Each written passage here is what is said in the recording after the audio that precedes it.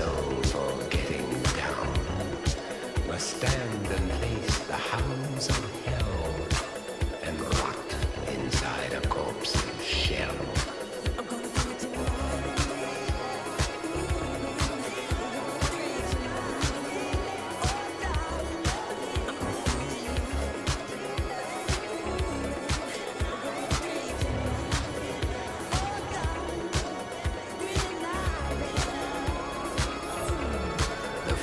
Stenches in the air, the funk of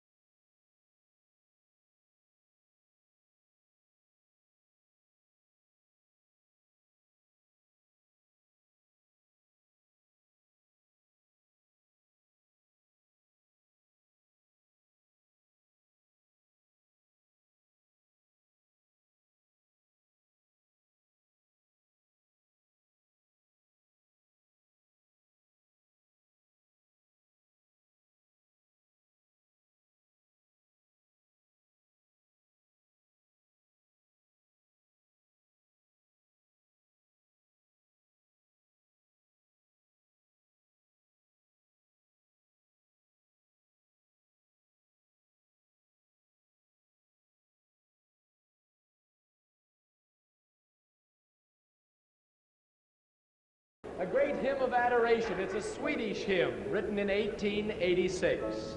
How Great Thou Art. Here in Melbourne, we have two crusade choirs. The ones you see on the platform this afternoon and down here have the red identification badge on, and we have a green choir which will be here tomorrow. We had over 1,400 of them registered. And we know that you'll enjoy their ministry and song, and just now we're going to ask them to come, Mr. Shea to come and the choir to join him in singing, How Great Thou Art.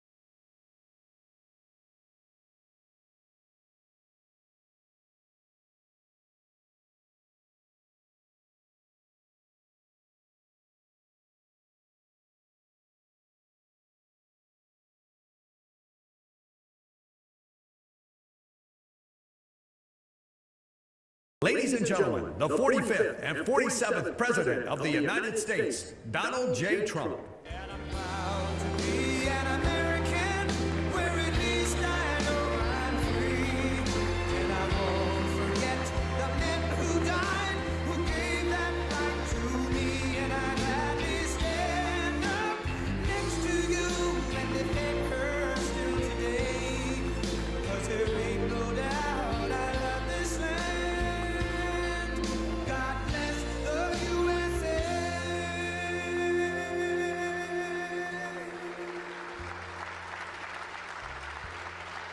Thank you very much, everybody.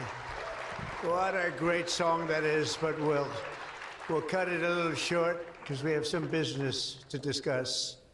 What a group of smart ones we have in front of me today. That's about as good as it comes up here, the brain power, the greatest power of them all, the brain power. Well, I'm thrilled to be here with so many tech leaders and luminaries as we take historic action to reassert the future which belongs to America, always has belonged to America. We just lost sight of it on occasion. And I just want to start by stating that we've just concluded our big trade deal with Japan and numerous other countries in addition, as you know. But on the Japan deal, because it was literally just signed, letter was just signed, it gives us a sort of signing bonus. So I'll bring it into sports talk, a signing bonus. Like you have signing bonuses too, I understand. Getting a lot of money, 100 million, that's not bad. But that's not as good as the signing bonus we got. We got a $550 billion signing bonus for the country. And we had the tariff at 25%. As you know, we had a tariff at 25%. And these are great people that we negotiated with, but we agreed to reduce it to 15 based on the fact that Japan has agreed for the first time ever to open up its country to trade so that all of our American businesses and business geniuses, including many in this room, can go out and do business openly and freely in Japan, a very rich and prosperous and profitable and wonderful country, frankly. And we will pay a zero tariff as we do business in Japan. So we're paying zero, they're paying 15. We're getting $550 billion. And to be exact, it's 90% of that, but we control the whole lot of it. And it's really been great. And they're very happy, and their stock market went up, and our stock market went up, and that's supposed to be the way it is. Ours went way up, and theirs went up. And we've made numerous other deals like that. But the opening up of a country is very important to us. We have numerous countries that have opened their doors, just made some incredible transactions, but we're going to have a very, very simple tariff for some of the countries. There's so many countries you can't negotiate deals with everyone, so we'll have a straight, simple tariff of anywhere between 15 and 50%. A couple we have 15 because we haven't been getting along with those countries too well, so we just say, let's pay 50, and that's the way it is. But remember, we get countries that were closed, always closed. Everyone in this room would never remember any of them to be open. We've offered such a deal to the European Union, where we're in serious negotiations, and if they agree to open up the union to American businesses, then we will let them pay a lower tariff. So the tariff is very important, but the opening of a country, I think, can be more important if our businesses do the job that they're supposed to be doing. Such openings are worthy of many points in tariffs, and they're a good thing, not only for, as an example, Japan or Europe, but certainly a great thing for America because it allows our businesses to go out and fairly compete and do really well if they compete properly, like the people that I know.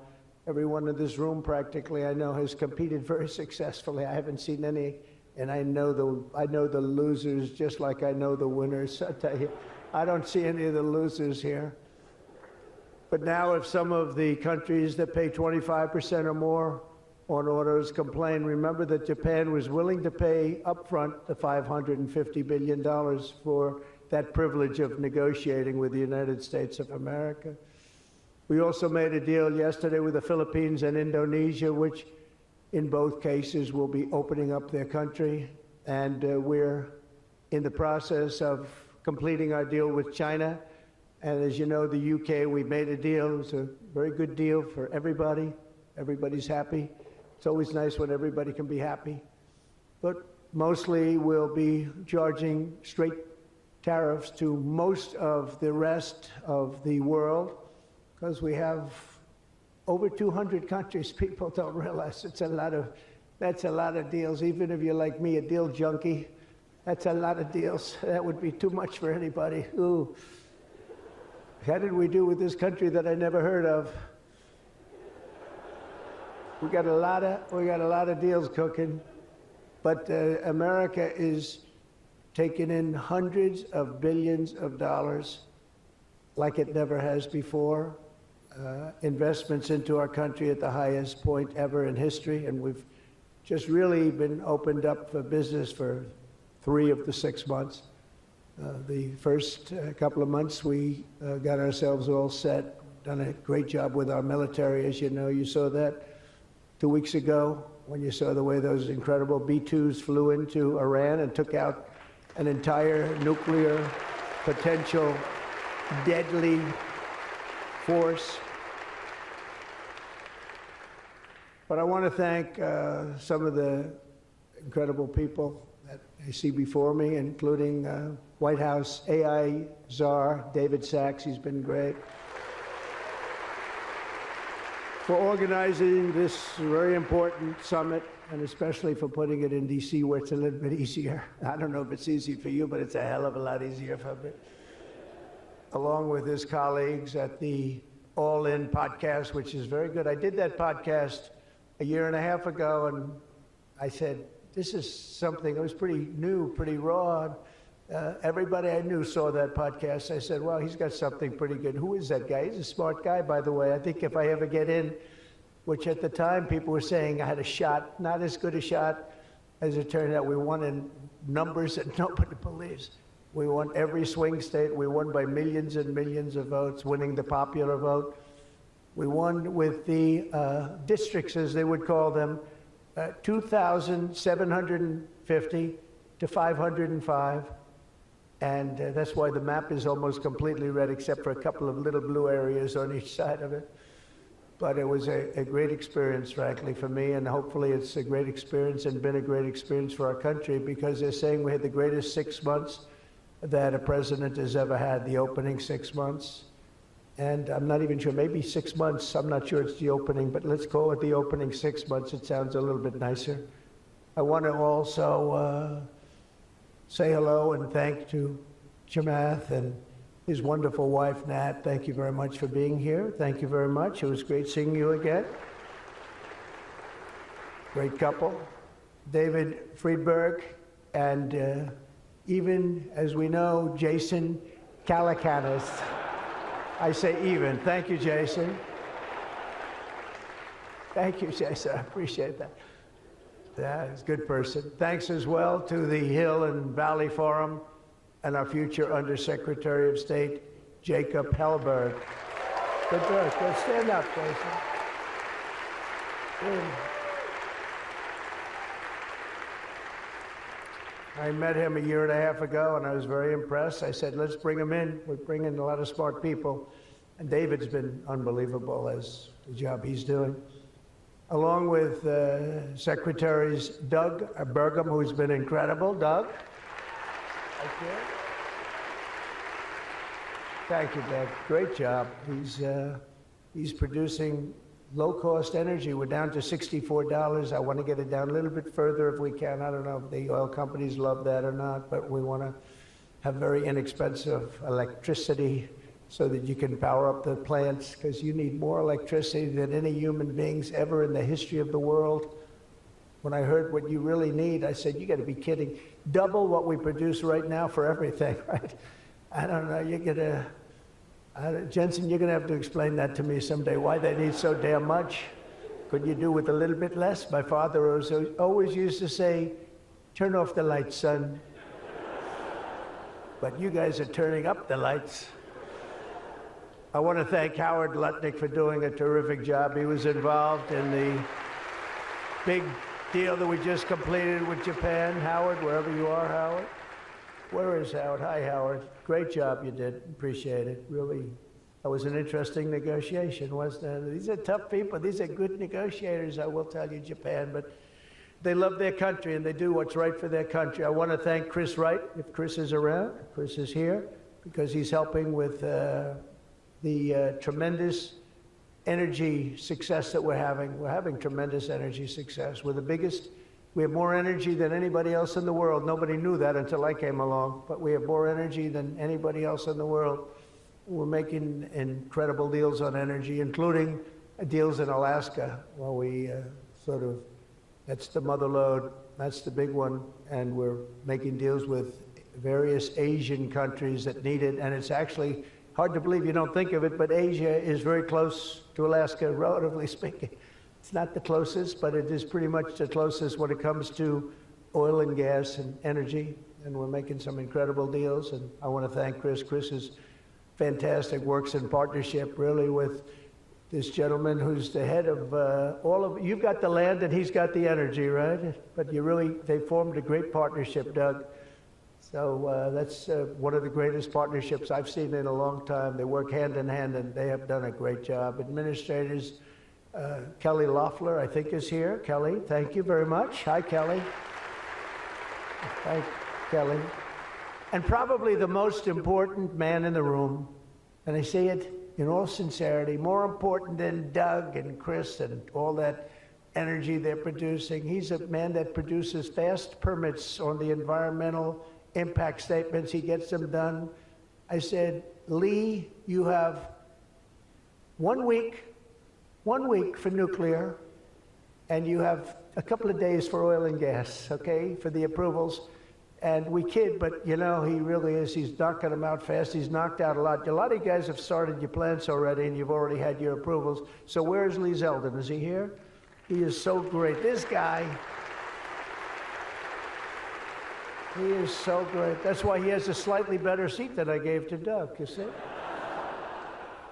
He's doing a fantastic job in a lot of ways, but he's doing a great job, and he's getting fast permits, and safe and good and everything else, but he's moving them along rapidly, already given some.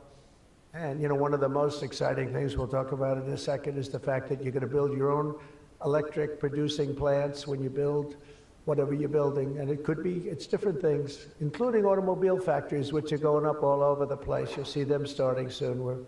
They're moving into our country because of the tariffs, because they don't want to pay the tariffs. They're moving into our country at a record speed. But the ability to build your own electric plant, not having to rely on a 100-year-plus old grid. And then if you have electric capacity extra, you're going to sell it into the grid, make some money, but you'll sell it right back into the grid. Director of the Office of Science and Technology Policy, Michael Kratsios. Michael, thank you very much.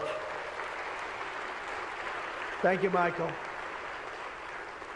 As well, it's supposed to be taking a vote right now, a big vote. Senator Ted Cruz. Is Senator Cruz here?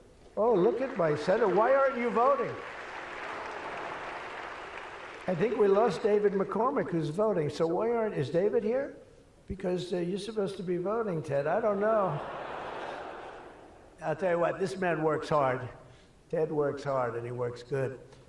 And a very special thanks to some of the top industry leaders here, including somebody that's amazing. I said, look, we'll break this guy up. This is before I learned the facts of life.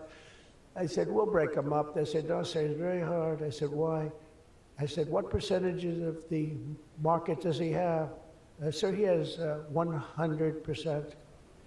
I said, who the hell is he? What's his name? His name is Jensen Huang, NVIDIA. I said, what the hell is NVIDIA? I've never heard of it before. He said, you don't want to know about it, sir. I figured we could go in and we could sort of break him up a little bit, get him a little competition. And I found out it's not easy in that business. I said, supposing we put the greatest minds together and they work hand in hand for a couple of years, He said, no, it would take at least 10 years to catch him if he ran NVIDIA totally incompetently from now on. So I said, all right, let's go on to the next one. And then I got to know Jensen, and now I see why. Jensen, will you stand up? What a job. What a job you've done. Man. Great. He's a great guy, too. Lisa Su of AMD. Lisa? Lisa? Thank you. Congratulations. Great job. Sham Sanikar of Palantir. We buy a lot of things from Palantir. Where are you? Are we paying our bills? I think so. We just made a deal with the European Union where they're going to pay the United States of America 100% of the cost of all military equipment. They're going to ship it to the European Union, and then they'll distribute it, and much of it will go to Ukraine. It's been a long time since you've heard those words, because we're in for $350 billion. But now we send it to Europe, and Europe pays, and they were great. We had a tremendous NATO meeting a few weeks ago, and it was pretty amazing, actually, what happened. They agreed to go from 2% to 5%, and they had 2% where they didn't pay. They have 5% where they've already paid. That's a big difference. That's trillions of dollars, actually, trillions. But they're going to spend that money in the United States with our defense companies, and we're going to send it to them, and they'll distribute the equipment that we send. So that's the way it should have been 3 years ago, frankly. And Jeff Sprecher, the other half of that incredible family, is he here? Is he here? He's a fantastic guy, international, intercontinental exchange, and he's been a friend of mine for a long time, the husband of Kelly, who's really doing a good job. You are really doing a good job. Small business, which is actually big business if you add it all up, right? It's probably the biggest bank there is, but they call it small business, and she's done a fantastic job. Thanks, Kel. Say hello to Jeff. As we gather this afternoon, we're still in the earliest days of one of the most important technological revolutions in the history of the world. Around the globe, everyone is talking about artificial intelligence. I find that too. Artificial, I can't stand it. I don't even like the name. You know, I don't like anything that's artificial. So could we straighten that out, please? We should change the name. I actually mean that. I don't like the name artificial anything, because it's not artificial. It's genius. It's pure genius. And its potential to transform every type of human endeavor and domain of human knowledge, from medicine to manufacturing to warfare and national defense. Whether we like it or not, we're suddenly engaged in a fast-paced competition to build and define this groundbreaking technology that will determine so much about the future of civilization itself, because of the genius and creativity of Silicon Valley. And it is incredible. Incredible genius. Without question, the most brilliant place anywhere on earth. America is the country that started the AI race. And as President of the United States, I'm here today to declare that America is going to win it. We're going to work hard. We're going to win it.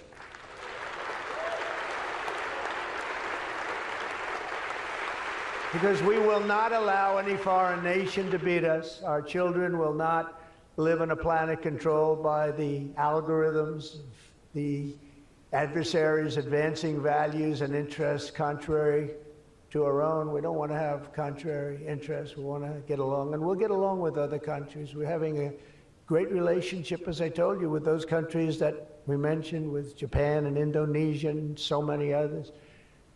The European Union, we're getting along. We're getting along very well with China. A lot of respect for President Xi. We have a great relationship, and we'll see how it all works out. But we're getting along with countries it's really been pretty amazing, I will say that, and it's a good thing. It's a good thing, not a bad thing. So from this day forward, it'll be a policy of the United States to do whatever it takes to lead the world in artificial intelligence. Such an important thing happening. This is really something that nobody expected. It just popped out of the air, and here we are. But we will defend our nation, our values, our future, and our freedom, and it will be really great But what we really need to be successful is a very simple phrase called common sense, and that begins with a common sense application of artificial and intellectual property rules. It's so important. You can't be expected to have a successful AI program when every single article, book, or anything else that you've read or studied, you're supposed to pay for. Gee, I read a book, I'm supposed to pay somebody. And you know, we appreciate that, but you just can't do it because it's not doable. And if you're going to try and do that, you're not going to have a successful program. I think most of the people in the room know what I mean. When a person reads a book or an article, you've gained great knowledge. That does not mean that you're violating copyright laws or have to make deals with every content provider.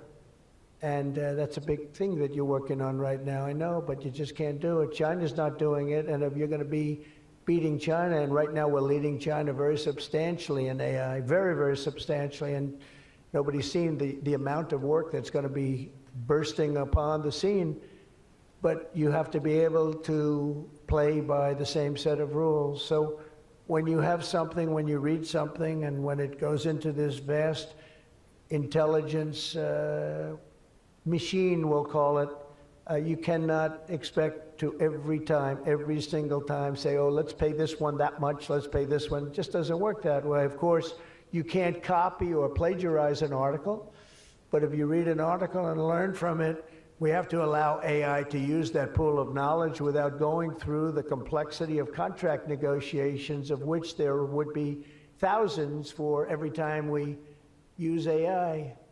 We also have to have a single federal standard, not 50 different states regulating this industry of the future. And some people would say, gee, that's an unpopular thing to say. I was told before I got up here, this is an unpopular thing because some people, they don't want that. But I want you to be successful. And you can't have one state holding you up. You can't have 3 or 4 states holding you up. You can't have a state with standards that are so high that it's going to hold you up. You have to have a federal rule and regulation. Hopefully you'll have the right guy in this position that's going to supplant the states. If you are operating under 50 different sets of state laws, the most restrictive state of all will be the one that rules. So you could have a state run by a crazy governor, a governor that hates you, a governor that's not smart, or maybe a governor that's very smart, but decides that he doesn't like the industry and he can put you out of business because you're going to have to go to that lowest common denominator. We need one common sense federal standard that supersedes all states, supersedes everybody, so you don't end up in litigation with 43 states at one time. You got to go litigation free. It's the only way. And we also have to watch Europe, Asia, and all foreign countries so that they don't make rules and regulations that likewise make it impossible for you to do business, and where you'd have to make everything in AI cater to them, because again, you'd have to cater to the toughest country or to the toughest state. You can't do that because it would ruin it. I just terminated all of the, as an example, California car emissions rules, which were a disaster. It cost them just billions of dollars as an industry, but thousands of dollars per car. The emission rule standard, because they were making the production of an automobile almost impossible and at a tremendously higher cost, much more expensive than it should cost, for very little gain, for actually, in my opinion, negative gain. The automobile was worse. Under this administration, our innovation will be unmatched and our capabilities will be unrivaled. And with the help of many of the people in this room, America's ultimate triumph will be absolutely unstoppable. We will be unstoppable as a nation. Again, we're way ahead and we want to stay that way. We can't let individual smaller units stop it, because that's the only thing that can stop it and can really mess it up. As with any such breakthrough, this technology brings the potential for bad as well as for good, for peril as well as for progress. But the daunting power of AI is it's not going to be a reason for retreat from this new frontier. On the contrary, it is the more reason we must ensure It is pioneered first and best. We have to have the best, the first pioneer. We are the best and the first pioneers, and we're going to be really putting a nation that we love, America, we're going to be putting it first. I have an expression, America first, make America great again. A lot of great expressions, but they're all so true. To make America great again, we're going to make this industry absolutely the top, because right now it's a beautiful baby that's born. We have to grow that baby and let that baby thrive. We can't stop it. We can't stop it with politics. We can't stop it with foolish rules and even stupid rules. At the same time, we want to have rules, but they have to be smart. They have to be brilliant. They have to be more brilliant than even the technology itself. Surely there will be challenges on the path ahead, but together we will meet them and transcend them all. We are Americans, and we are Americans first. I have a couple of people I know that don't happen to be from here, but I wish you a lot of luck anyway. I was looking at 3 people that are not Americans, but they're very good people. Please treat them nicely. But we do not shrink from the future or cower in the face of uncertainty. We dominate the future. We conquer new frontiers, and we control our own fate, and we determine by doing that our own destiny. Winning this competition will be a test of our capacities unlike anything since the dawn of the space age. Believe that. It's hard to believe as the president, the amount of enthusiasm for this one industry. I mean, I can talk about cars where we're doing incredibly well. We have car companies moving in all the time, but I talk about other industries. Everybody's saying this is going to dominate the world. It's going to dominate every industry that ever conceived. I don't know if that's true. I don't know if it's true, but I can tell you that a lot of very brilliant people think it is true. It'll dominate everything. It will challenge us to marshal all of our strength and flex the muscles of American ingenuity and resolve like probably never before. It will require us to blast through obsolete systems, cut through thickets of regulation. We've got to get rid of some of the regulation, but we want good regulation and rebuild the industrial bedrock of our country. And perhaps most importantly, winning the AI race will demand a new spirit of patriotism and national loyalty in Silicon Valley and long beyond Silicon Valley.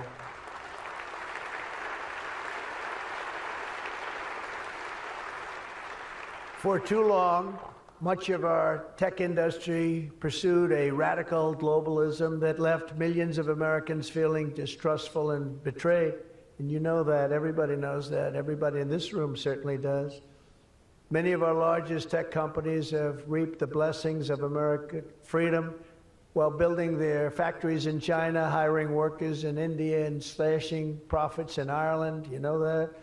All the while dismissing and even censoring their fellow citizens right here at home. Under President Trump, those days are over. We need U.S. technology companies to be all in for America. We want you to put America first. You have to do that. That's all we ask. That's all we ask. To partner with our tech geniuses in achieving this vision today, we're releasing the White House AI Action Plan. Big stuff, signing it right after this. In fact, I see it sitting right there. Maybe I should just sign it right now. Who the hell has to make the rest of this speech, right?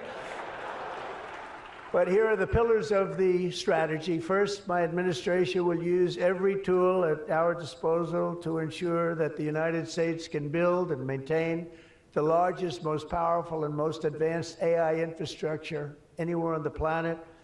America needs new data centers, new semiconductor and chip manufacturing facilities, new power plants and transmission lines. And under my leadership, we're going to get that job done, and it's going to be done with certainty and with environmental protection and all of the things that we have to do to get it done properly. Virtually all of these large capital investments can be and should be made by the private sector. And they want to do that. They just want to be able to do it.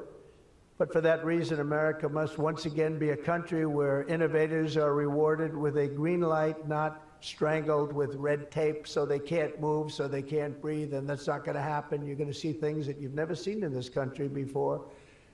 So often, and I've been watching for many years, I've watched regulation. I've been a victim of regulation. A zone change that takes 6 years for a building in Manhattan or whatever, but I was good at zone changes, but it took a long time.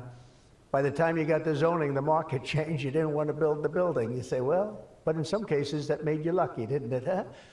In some, not too many people understand that in this room, but in some cases, waiting for that approval as the market collapsed was a good thing, not a bad thing. But it's time to reclaim our heritage as a nation of builders, and that's why, upon taking office, I signed a historic executive order directing that every one, and this is so important, for every new regulation, 10 old regulations must be immediately eliminated.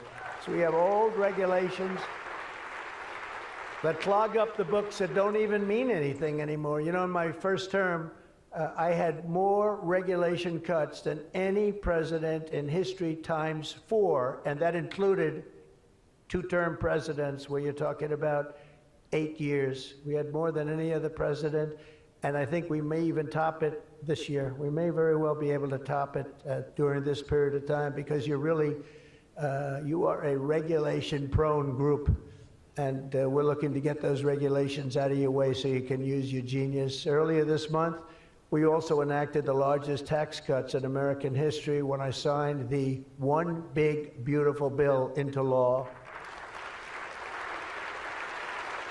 And I think the most important thing in the whole tax cut, in terms of pure economics, and I think one of the reasons that my first, you know, we had the most successful economy in history during my first term, and I think this is going to blow it away. So far it is, and I think this is going to blow it away.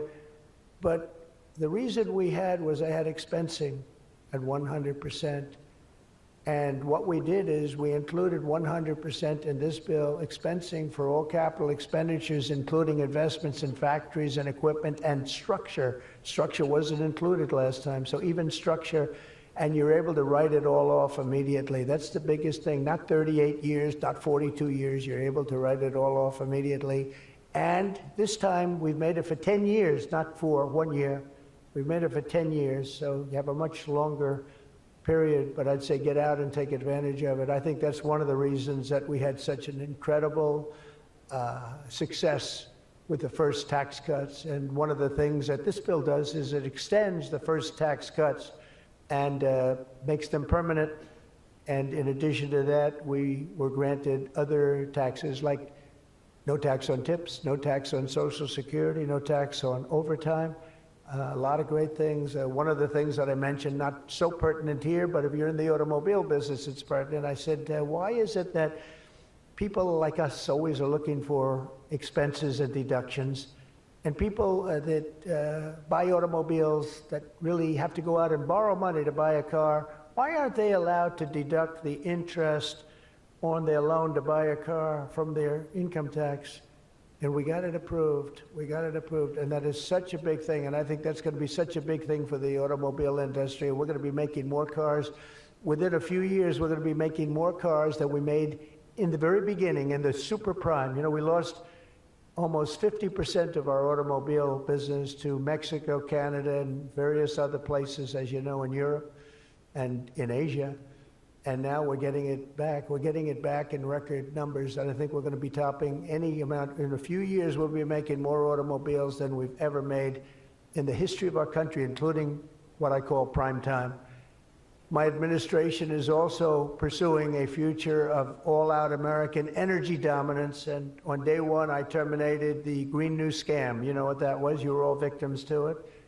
Perhaps the second or third greatest scam in the history of our country. I would say the first was Russia, Russia, Russia, and we had a couple of others too. But the Green New Scam was one of the greatest. It's so ridiculous what they've made you do. The carbon footprint. They talked about the carbon footprint, and then Obama hops onto a 747 Air Force One and flies to Hawaii to play a round of golf and comes back. What about the carbon footprint? No, we didn't like that. And what Biden has done is absolutely terrible. He made it impossible, almost impossible for people to do business, not even talking about the border. where millions and millions of people flowed into our country, many from prisons, from jails, from gangs, from mental institutions all over the world. No, we're not doing that. We have to get them out. We've got 11,888 murderers, many of them committed more than one murder. Many of them, more than 50%, committed more murders. We're getting them out of our country, or in some cases they're so bad, we're not getting them out. We're having to lock them up because we don't want them ever to come back, no matter how good we're doing. You know, last month, you probably read, we had 0 people enter our country illegally. And over the last number of years, you'd have hundreds of thousands, literally hundreds of thousands of people a week pour into our country, totally unvetted and unchecked. And what the hell were they thinking? What they've done to our country is so sad, and we can never forget it. But we're unleashing all forms of energy, including natural gas, oil, and clean, beautiful coal. I instructed my people, in the form of Chris and Doug in particular, you are not allowed to say the word coal without saying clean, beautiful in front of it. You can only say clean, beautiful coal. It's a little embarrassing because we had somebody making a speech the other day, right? And he mentioned the word coal about 30 times because that was the subject. And he kept going clean, beautiful. I wanted to say, okay, just take it easy. You could just, got a little bit crazy, right, Doug? But it's, you know, China's using it. They're building now 57 big power plants, all fueled by coal, and we have to compete, we have to win, and we're going to have clean, beautiful coal, but we have more coal than any. We have more anything in terms of energy than anybody. Oil and gas, we also have more coal. In May, I also signed an executive order to rapidly begin construction of safe, reliable nuclear reactors. That's a big thing now. And many of you are going to be using nuclear. You know, I had problems with nuclear. I saw some of the things, but what they've done with nuclear is like what you've done with AI and other things. It's incredible, actually. It's long-term, it's inexpensive, it's safe. What they've done is really amazing. So we opened up the industry, very strict rules, but we opened up the industry, and some of you are going to choose nuclear over oil and gas or whatever it might be.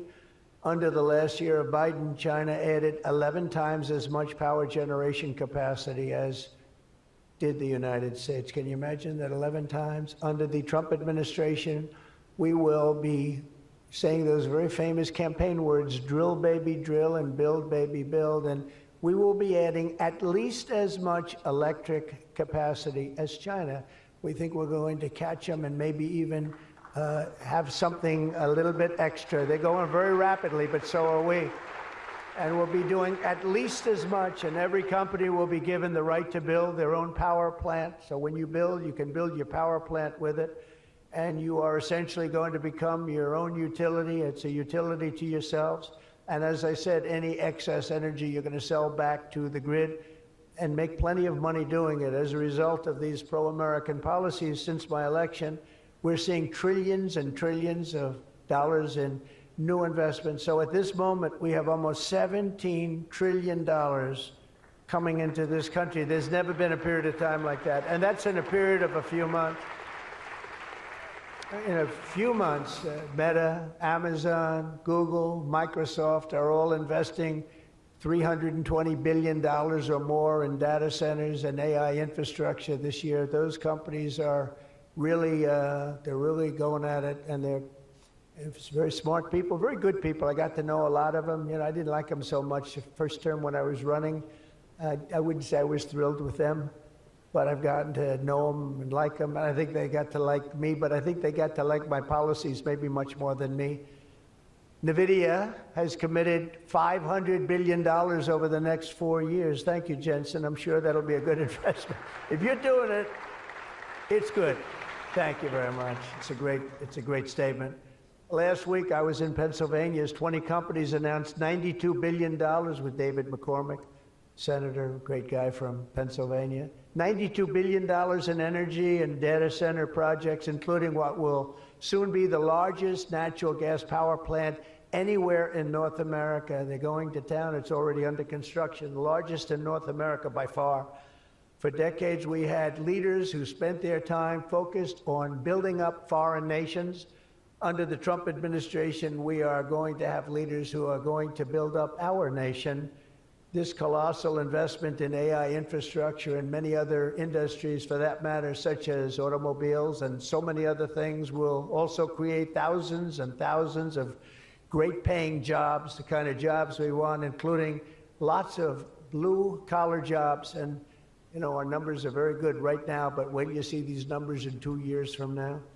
It will mean higher wages and more opportunity for millions of energy workers, HVAC technicians, engineers, electricians, and the hardworking citizens who make our country run. These are great people that make our country actually run. To ensure America maintains the world-class infrastructure we need to win today, I will sign a sweeping executive order to fast-track federal permitting, streamline reviews, and do everything possible to expedite construction of all major AI infrastructure projects. And this will be done. You will get so good a service in so many ways, not only from Lee with the environment, but you need many other types of permits, and you're going to go so fast. You're going to say, well, wait a minute, this is too fast. I didn't expect to go this quickly. This is a problem. I may cause a problem in opposite, but including factories, data centers, and power plants of all kinds, the United States will have total industrial and technological supremacy. The second pillar of our action plan for AI dominance is to get the entire world running on the backbone of American technology, and I think that's very much happening right now, and I think it's going to happen. The last administration was obsessed with imposing restrictions on AI, including extreme restrictions on its exports. As you know, they made it very difficult to export. This alienated American partners and drove even our friends into the arms of China and other countries. That's why upon taking office, I repealed the so-called Biden diffusion rule. Can you imagine that? That crippled American AI exports, the Biden diffusion rule. I wonder who came up with that name, because he has no idea what it is. He had no idea what it was. He came up with a rule. I wonder who drew that one. I wonder, was that signed by the AutoPen, I think, because they went to him and said, we're going to do a diffusion rule. Mr. President, what? What? It's okay, the AutoPen will take care of it. It's one of the greatest scandals in the history of our country, let me tell you. Under my administration, we will maintain necessary protections for our national security, but we will never forget that the greatest threat of all is to forfeit the race and force our partners into rival technology. We're not going to do that. We're not going to do that. Okay? Not going to let that happen. That could be the end. When I traveled to the Middle East in May, every leader I met was thrilled to do business with American tech firms and with America, and they were all thrilled to meet me, believe it or not. It's hard to believe, isn't it? But they were. By the way, most powerful woman in the world is here today. Susie Wiles, stand up, please. Susie Wiles, Chief of Staff. She can take out a country with a mere phone call. No, they just voted her the most powerful woman anywhere in the world. She might be the most powerful person in the world, I think. But she's done a fantastic, hasn't she done a good job, though, huh? Good.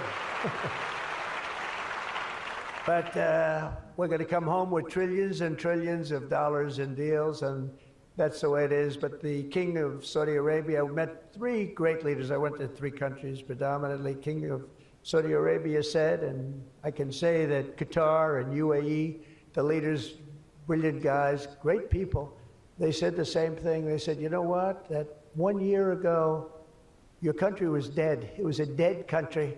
They were looking at China, they were looking at other places, but you had a dead country. And today, Mr. President, you have the hottest country anywhere in the world. They said that, and they meant it so strongly. And when I went to NATO 2 weeks ago, where we made the deal where they pay 5% instead of 2%, they said the same exact thing. They said, boy, I tell you what a difference it is. It's a year ago, you people were dead. We didn't think you were going to make it as a country. Today, you're the hottest country in the world. They all said it. All those leaders said it, 30 of them. So today, I'm signing another major executive order that will turn America into an AI export powerhouse.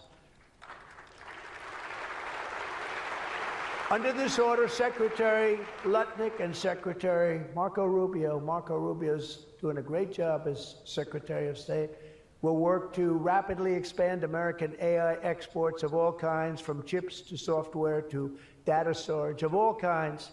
And that's very important. That's going to give you the freedom to do what you want to do. And third, once and for all, we are getting rid of woke. Is that okay? Because I know you had to hire all woke people. I heard you had to hire all woke people under some of these things. How about the chips, where they give you the chip nonsense, where they give you billions of dollars if you only build a chip company? These people have plenty of money. They don't need the money. They need the permits. They need the rights to do it. They don't want to pay tariffs, so they come and they build here. That's why they're coming here. They like, number one, they like me, but they like not having to pay tariffs even more.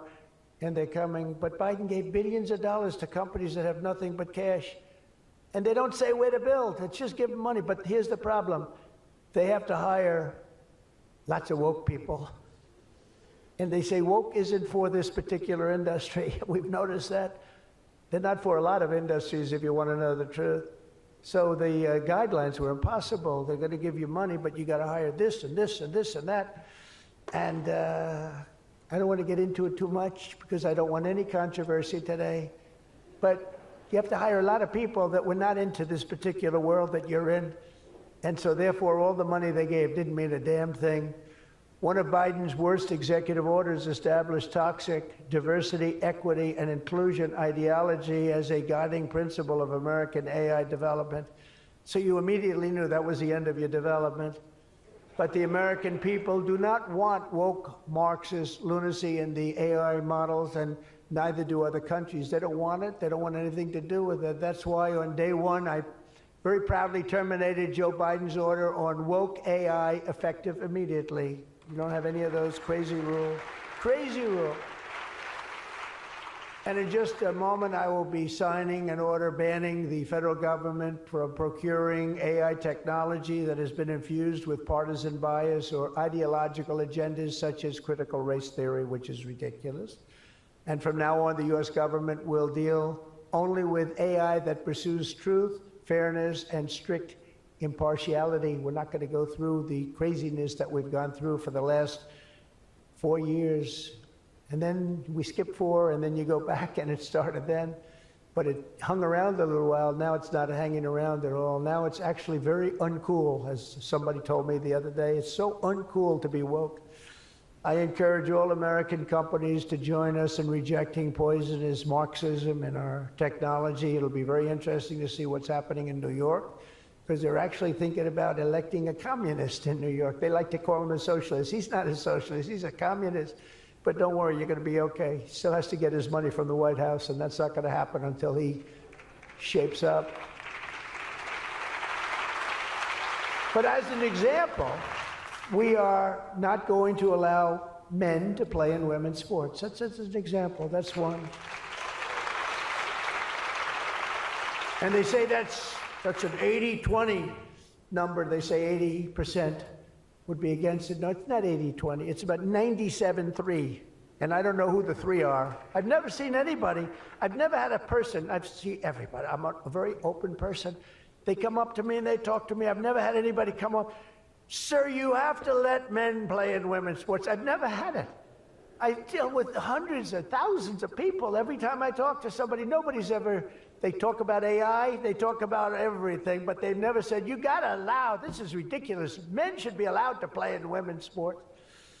It's sort of crazy, isn't it, huh?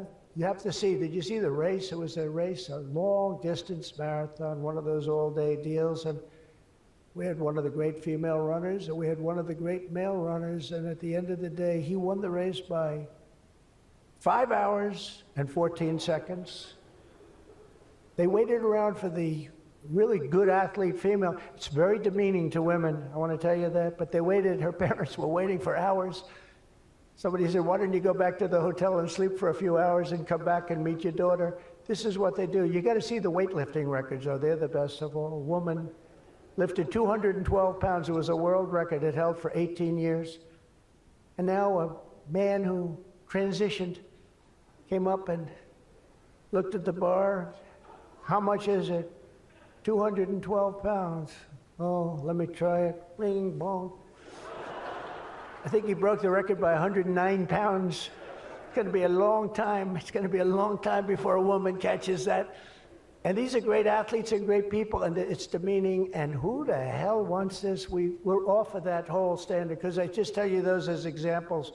We're off of it. The reason the last administration was so eager to regulate and restrict AI was so they could limit this technology to just a few large companies, allowing them to centralize it, censor it, control it, weaponize it. And they would weaponize it. A very dishonest group of people. You probably saw that because we caught them in the act. We really caught them. We had it before, but now we really have them. We have it where it counts. But this is the exact opposite of my approach. The unique strength of the American tech industry has always come from its startups and small tech. It comes through small. Jensen was small. Were you ever small? I think so. When you started in your bedroom, I think you were small, right? He started as very small, and now he's really become very amazing. If you regulate them too much, you kill the source of American genius and technological power. I believe that.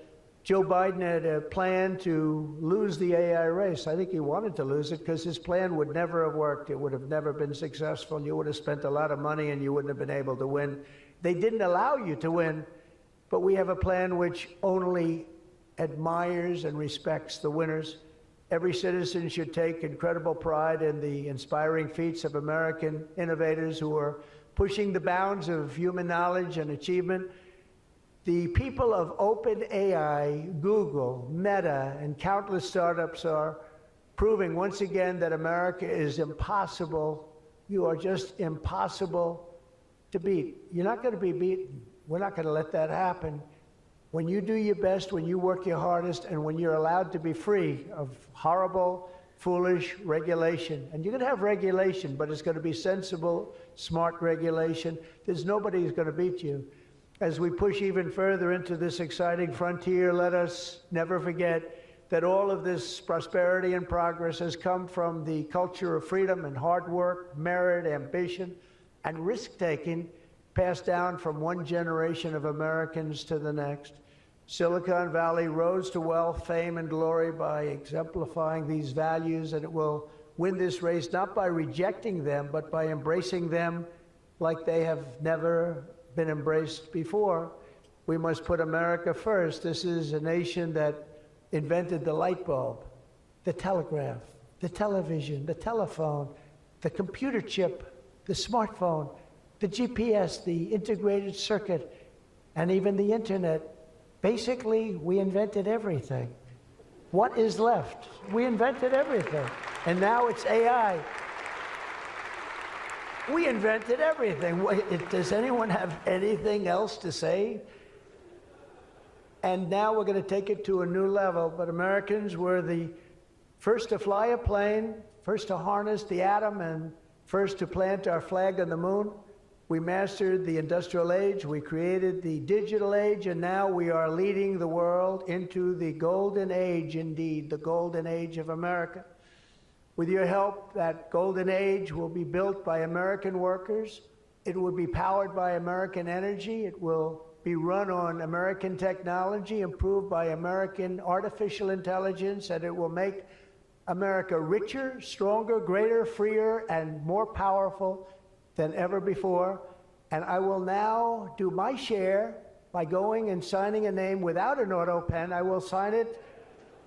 If we had one, I wouldn't use it anyway, but we will sign it auto pen free, and we will say, Donald J. Trump, God bless America, and God bless you, and good luck, because the race has just begun, and you're going to win it. Thank you very much, everybody.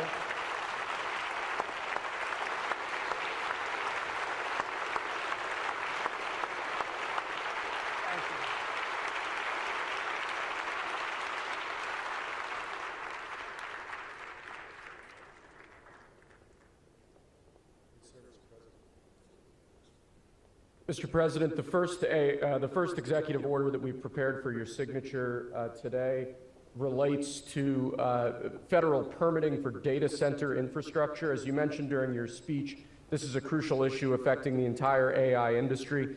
What this executive order will do is establish fast-track permitting and ensure that the federal government is working to get data centers approved and through the permitting pipeline as quickly as possible.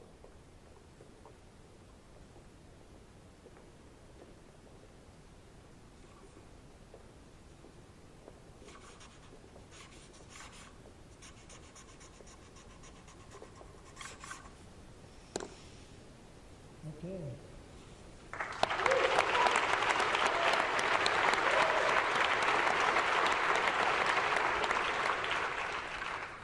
As you said before, sir, it's absolutely essential that American AI models and the American AI industry dominates the future of this industry around the world. What this next executive order will do is promote, through various instrumentalities of the federal government, the export abroad of American AI models to ensure American AI dominance in the future.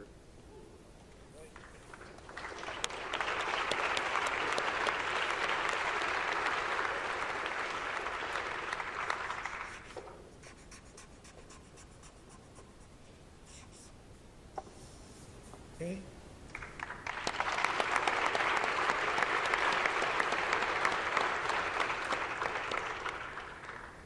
And lastly, sir, as you said in your speech, we don't want woke AI. We want AI models based on accurate information that give accurate information and accurate answers. This executive order will ensure that when the federal government procures or promotes different AI models, that those AI models are ideologically neutral, that they don't embrace wokeism and critical race theory and all of these terrible theories that have done so much damage to our country.